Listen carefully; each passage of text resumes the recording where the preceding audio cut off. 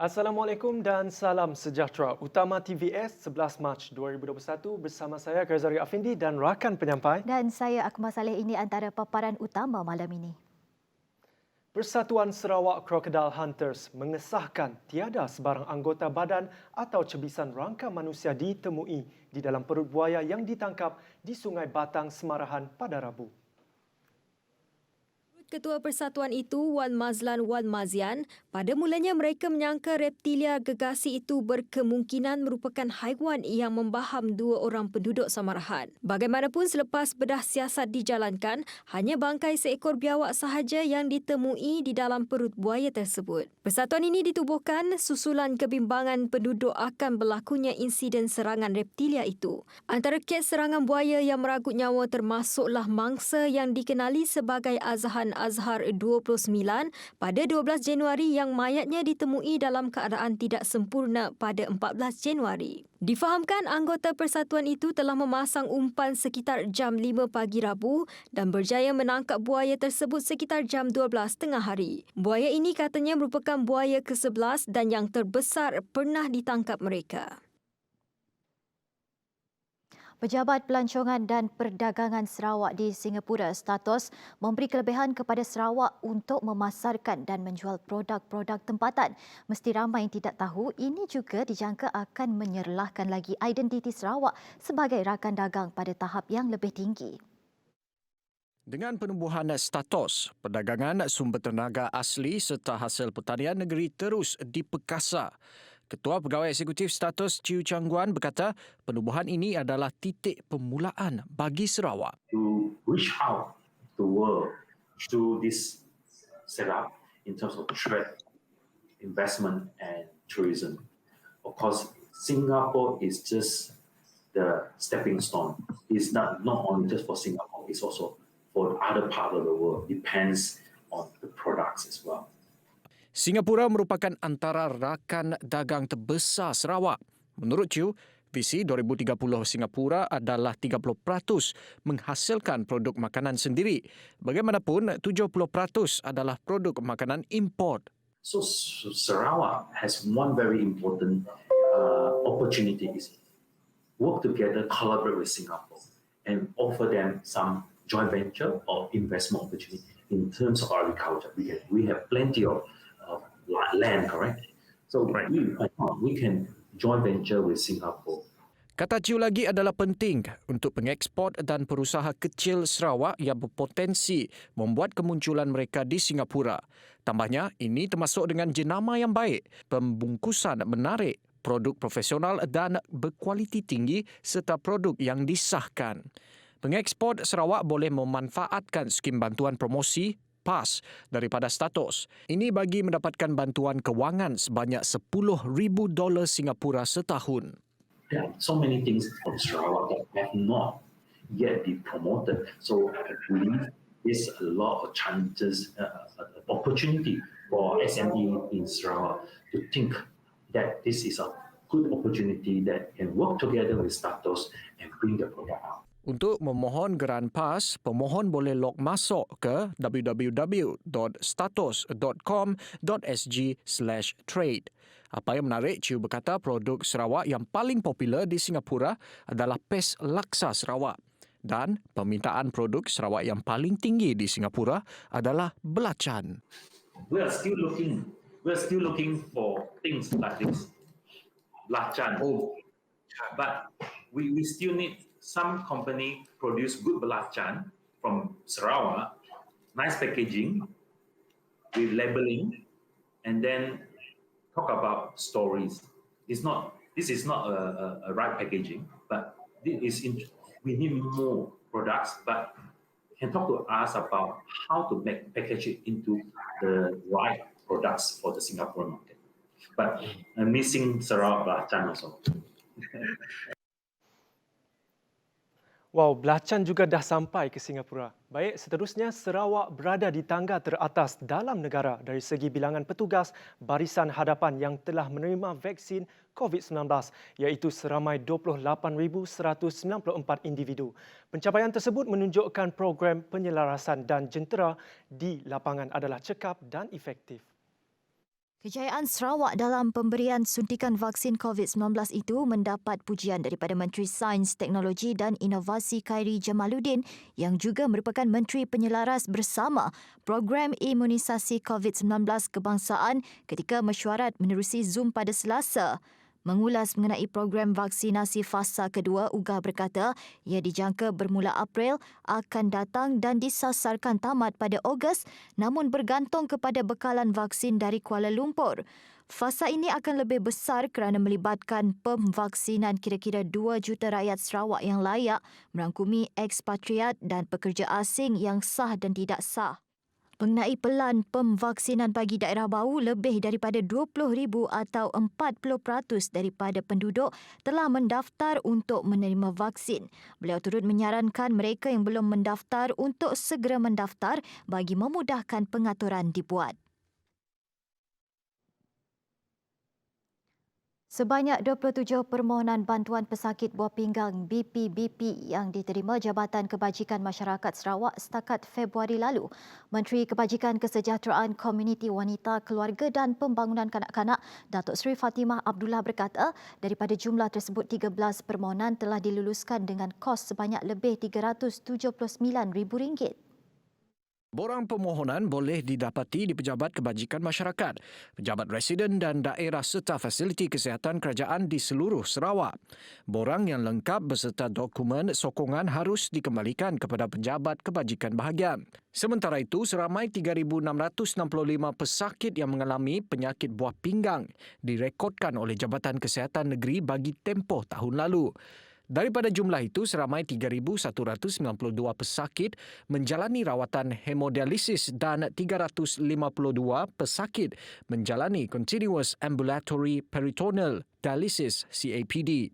Manakala baki seramai 121 pesakit pula sudah menjalani pemindahan buah pinggang dan kini dalam tempoh pemerhatian. Pada masa yang sama, beliau turut menasihati semua pertubuhan bukan kerajaan untuk terus memainkan peranan dalam meningkatkan kesedaran masyarakat mengenai penyakit ginjal kronik di Sarawak.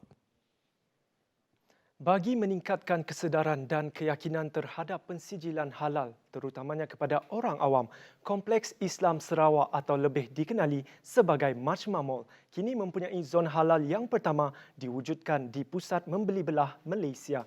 Yang di-Pertua Majlis Islam Sarawak, Datuk Misnu Taha berkata, ia merupakan projek zon halal kedua direalisasikan setelah zon halal di Medan Selera Lundu. Jelas Dato' Misnu lagi, secara tidak langsung, ia sekaligus akan meningkatkan sumber tarikan pelancongan atas dasar kawasan zon halal dan meningkatkan sumber ekonomi usahawan yang terlibat dengan faedah-faedahnya tersendiri. Ini unit halal Jabatan Agama sedang melaksanakan ziarah halal untuk pasaraya di mana ada food court. Mereka akan cuba beri ke tempat berkenaan untuk memaklumkan tentang faedah kalau gerai-gerai itu mendapat halal certification. Di samping itu juga mereka sekarang ini juga pergi ke mana-mana tempat hotel dan sebagainya untuk promote halal certification.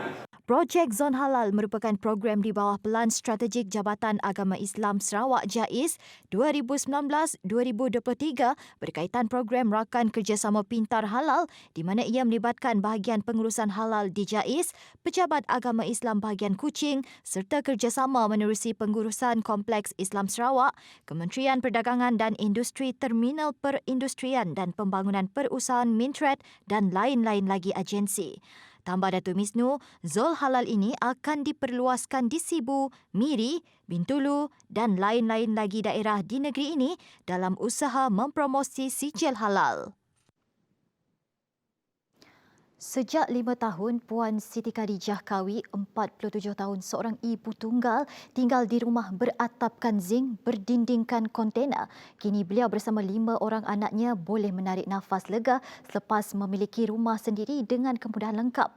Menerusi program Rumah Sejahtera Pantai Damai, rumah itu dibina di Kampung Buntal bagi menggantikan kediaman lamanya yang agak uzur dan tidak selamat untuk didiami. Sebelum kami dapat rumah baru tu, kehidupan kami memang susah. Rumah kami selalu bocor, masa angin, hujan, ribut, topan. Kata orang, nang terbabak lah atap rumah kami apa indah sampai baju pakaian kami barang kami di dalam rumah yang semuanya basah. Cik dapat dipakai lagi kadang-kadang. Udah musim landas nak barang kami nak dapat dipakai. Menurut Siti Khatijah, beliau pernah memohon bantuan rumah pada tahun 2016 namun tiada sebarang jawapan diterima hingga sekarang. Katanya lagi, kunjungan pengarah Jabatan Agama Islam JAIS bersama rombongan berbasikal harmoni telah mengubah kehidupannya. Alhamdulillah kami berterima kasih kepada YB dengan keluarga JAIS. Hanya yang memantau kami masa saya pakai berbasikal ke JAIS. Jadi yang madah dengan YB belum lama yang ada YB, masa 2 minggu rasa YB lalu malah rumah kami. Kami pun terkejut juga. Start dari tahun berapa? Baru dalam ujung tahun 2020, ujung tahun tu, 2014. 12 tu. 12 tu, ujung tahun tu. Tidaknya berbasikal. Dalam pada itu, bagi Nur Haziah Syukri, 22, anak ketiga dari 5 orang anaknya, beliau sudah lama menanti bantuan rumah seperti ini yang akhirnya tercapai. Alhamdulillah, nang dah lama juga dah nunggu rumah bantuan macam tu. Asa happy, asa lega, asa terima kasih gila-gila sebab dah nolong keluarga kami orang. Sementara itu, Menteri Muda Utiliti Bekalan Air Datuk Dr. Abdul Rahman Junaidi yang juga ahli Dewan Undangan Negeri Pantai Damai berkata, program Rumah Sejahtera Pantai Damai diperkenalkan sejak 6 bulan lepas. Dan kita ada 3 buah lagi rumah sejahtera yang sedang dalam pembinaan pada masa ini. Satu di Kampung Jaya Bakti, satu lagi di Kampung Temedak di Jalan Matang, satu lagi di Kampung Rampangi. InsyaAllah dalam tempoh 2-3 bulan akan datang, apabila siap kesemuanya kita akan membina hampir 5 buah rumah. Dan projek rumah sejahtera ini akan sentiasa kita bina bila keadaan memerlukan dan kita dapat makluman ada keluarga yang memerlukan bantuan.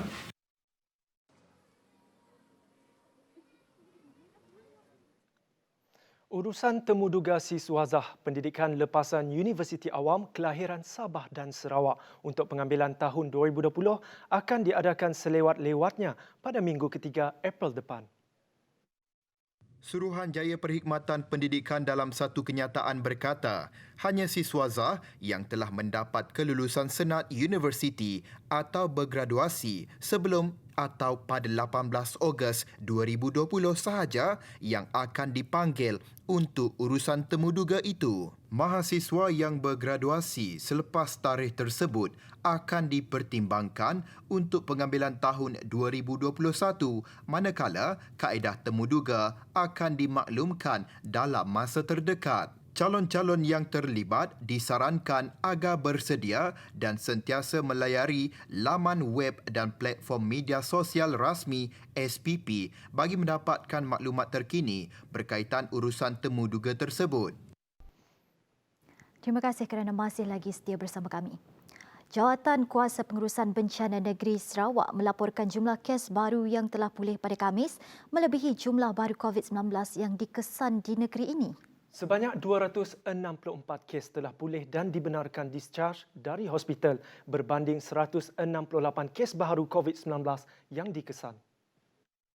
Sementara itu, Jabatan Kesihatan Negeri Sarawak telah mengisytihar tamat kluster Jalan Pangeran Matu bahagian Mukah. Sehubungan itu, jumlah kluster yang masih aktif adalah sebanyak 26 kluster. 7 kluster mempunyai penambahan kes, manakala 19 kluster tiada penambahan kes. Mengenai status daerah pula, daerah Kanawit, Seri Aman dan Samarahan telah kembali ke status kuning daripada status jingga. Mahkamah Tinggi pada Khamis memutuskan bahawa proklamasi serta ordinan yang digubal di bawah Undang-Undang Darurat oleh Yang di-Pertuan Agong tidak boleh dicabar di mana-mana mahkamah. Hakim Dato' Ahmad Kamal Muhammad Syahid berkata, perkara itu diperuntukkan di bawah Artikel 150-8 Perlembagaan Persekutuan yang antara lain menetapkan bahawa keputusan Yang di-Pertuan Agong berhubung darurat adalah muktamad dan konklusif. Ia tidak boleh dicabar atau dipersoalkan di mana-mana mahkamah walau apa jua alasannya.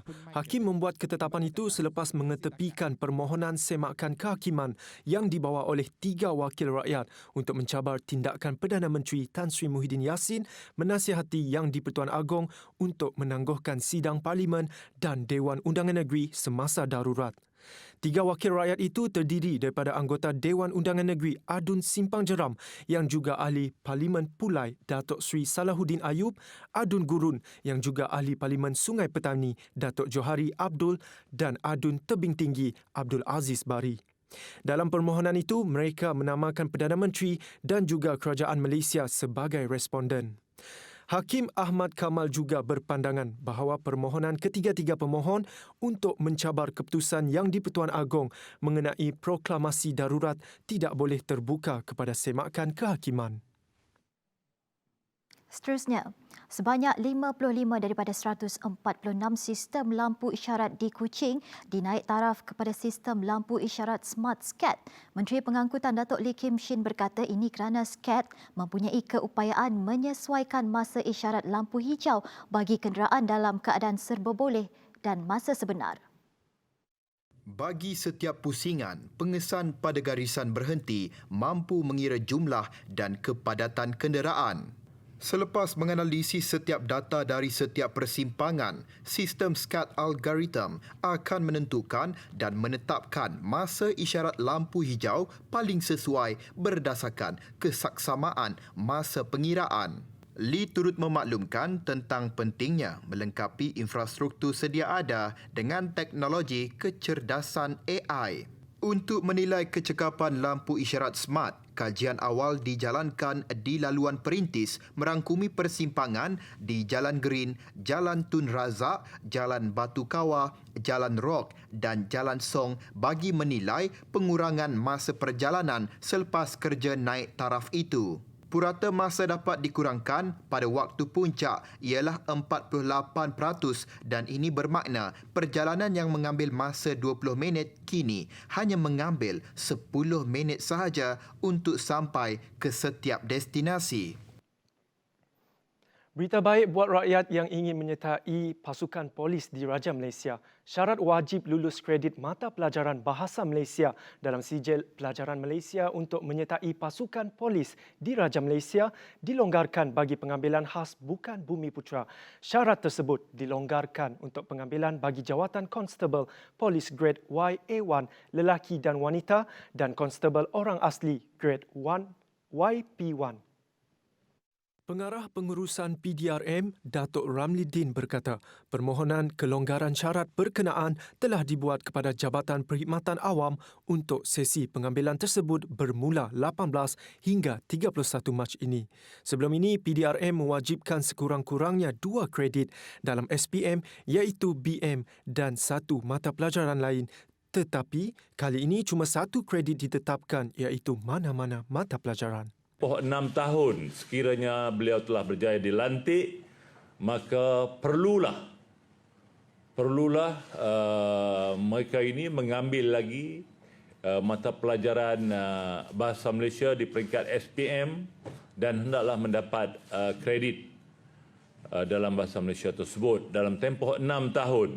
Dan jika sekiranya dalam tempoh 6 tahun itu masih lagi gagal untuk mendapatkan kredit dalam Bahasa Malaysia ini, maka tidak ada jalan lain, perkhidmatannya akan ditamatkan. Selain syarat tersebut, PDRM juga memohon kepada Jabatan Perkhidmatan Awam untuk kelonggaran bagi syarat fizikal pengambilan orang asli. Keutamaan akan diberikan kepada yang fasih bertutur dalam bahasa ibunda seperti bahasa Cina, Tamil dan lain-lain bangsa. Semua warga negara Malaysia bukan Bumi Putra boleh membuat permohonan jawatan Constable Polis Grade YA1 lelaki dan wanita melalui laman web e-pengambilan PDRM. Dan dalam masa yang sama juga PDRM akan membuat temuduga di bandar-bandar besar di seluruh Malaysia. Calon yang berjaya akan mengetahui keputusannya melalui surat dan kita menjangkakan penghujung Jun atau awal Julai pengambilan akan dimulakan. Dalam pada itu, polis diraja Malaysia akan memperketatkan lagi pemeriksaan terhadap sebarang pergerakan rentas negeri bermula 12 Mac bagi mengesan individu yang mengambil kesempatan melakukan pergerakan tanpa kebenaran. Saya telah pun mengarahkan dengan tegasnya kepada semua pesuruhjaya polis dan CPO Sabah, Sarawak dan seluruh Semenanjung untuk mengetatkan lagi kawalan-kawalan di sekatan jalan raya, di mana pemeriksaan akan dibuat dengan lebih gigih lagi. Ya, saya telah mengarahkan supaya setiap petugas-petugas di roadblock tersebut tidak ada ruang rehat. Pada masa ini, sejumlah 36,000 pegawai dan anggota polis dikerahkan untuk pemeriksaan terhadap pematuhan SOP, sekatan jalan raya dan operasi benteng. Pada masa sama juga, sebanyak 260 sekatan jalan raya diwujudkan di seluruh negara, terutama di laluan keluar dan masuk setiap negeri. Kita beralih ke perkembangan yang seterusnya. Emiriyah Arab Bersatu UAE komited untuk menggandakan pelaburan dan perdagangan hingga 5 kali ganda ke Malaysia. Perdana Menteri Tan Sri Muhyiddin Yassin berkata itu antara berita baik dalam perbincangannya dengan Putera Mahkota Abu Dhabi yang juga timbalan Perdana Menteri UAE Sheikh Mohammed Zayed Al Nahyan. UAE memberi petunjuk ke arah kerjasama tanpa had dalam membincangkan hubungan dua hala di antara kedua-dua negara. UAE juga menyatakan kesediaan untuk membantu Malaysia merealisasikan agenda pendigitalan pendidikan dengan program Digital Malaysia My Digital yang dilancarkan baru-baru ini. Menerusi bidang pendidikan, Malaysia antara lain akan mendapat manfaat dalam pembangunan ekosistem dan peralatan bagi program pendigitalan pendidikan negara. Kementerian Belia dan Sukan KBS dan Kementerian Pembangunan Usahawan dan Koperasi melancarkan skim pembiayaan industri sukan dengan peruntukan RM20 juta bagi membantu pemain industri yang terjejas ekoran pandemik COVID-19. Mengutamakan kalangan pengusaha dan operator permis serta fasiliti sukan, skim dilaksanakan bersama Tabung Ekonomi, Kumpulan Usaha Niaga Tekun Nasional dan Bank Rakyat itu turut disasar membantu memberikan sinergi baharu kepada pemain industri melalui pinjaman dana pembiayaan mudah. Menteri Belia dan Sukan Datuk Seri Rizal Marikan Nanya Marikan berkata, inisiatif itu mampu mewujudkan sinergi dalam aspek pembiayaan mudah bagi pengusaha dan operator fasiliti sukan pasca COVID-19. Skim itu diyakini dapat memanfaatkan lebih 4,200 usahawan industri sukan dan rekreasi, terutamanya pengusaha, operator fasiliti dan permis yang berdaftar di bawah sistem COVID-19 Intelligent Management System yang dibangunkan Kementerian Perdagangan Antarabangsa dan Industri MITI. Lagi perkembangan sukan, jelmaan baharu Sarawak United FC sekali lagi mempamerkan aksi cemerlang apabila berjaya menewaskan pasukan Perak 2 dalam saingan Liga Perdana musim 2021. Kemenangan kedua ini menyaksikan gawang pasukan Sarawak masih lagi belum ditembusi. Menurut Ketua Jurulatih Sarawak United E. Elevarasan, rekod itu harus dikekalkan. Sabri ini buat satu kerja yang baik untuk kita punya department dekat Golmau, sama dengan kita punya defense. Of course adalah mistake-mistake yang akan jadi, tapi overall clean sheet itu satu rekod yang baik lah. So kalau boleh kita nak maintain itu rekod lah. Itu paling penting, satu rekod lah untuk kita. Okay? Pasukan pelawat membuka jaringan pada minit ke-36 menerusi pemain prolifik kebangsaan Nur Syahrul Idlan Talaha dengan melakukan sepakan deras ke arah gawang pasukan tuan rumah. Masuk pada babak kedua, pasukan Sarawak sekali lagi menambah duka pasukan Perak apabila pemain import Uche Akbar berjaya menyempurnakan sepakan penalti pada minit ke-75. Menjelang beberapa minit ke whistle penamat, Uche sekali lagi menambah koleksi jaringan sekaligus mengesahkan kemenangan untuk pasukan Sarawak United FC. Setakat ini, Sarawak United FC berada di kedudukan teratas dalam carta Liga Perdana di mana pemain kelahiran Nigeria itu turut menjadi penjaring terbanyak setakat ini dengan 3 jaringan setakat 2 perlawanan. Sarawak akan menerima kunjungan pasukan adik Kuching City FC pada 16 Mac ini. Baik, laporan itu tadi mengakhiri utama TVS malam ini. Ingat, patuhi SOP jaga penjarakan fizikal itu merupakan tanggungjawab yang dipikul bersama. Betul tu Akmal. Dan bagi mengakhiri paparan utama pada malam ini, kami sajikan anda arca 3 dimensi 3D yang terbesar di Sarawak Akmal. Bertempat di Simunjan dengan tulisan Selamat datang ke daerah Simunjan. Merupakan tarikan baharu di daerah berkenaan. Dan ia dirasmikan oleh Menteri Pelancongan Seni dan Budaya yang juga Ahli Parlimen Batang Sadong, Datuk Seri Nancy Shukri. Dengan itu, saya Kazari Afindi. Dan saya Akmal Saleh. Salam hormat dan selamat malam. Selamat malam.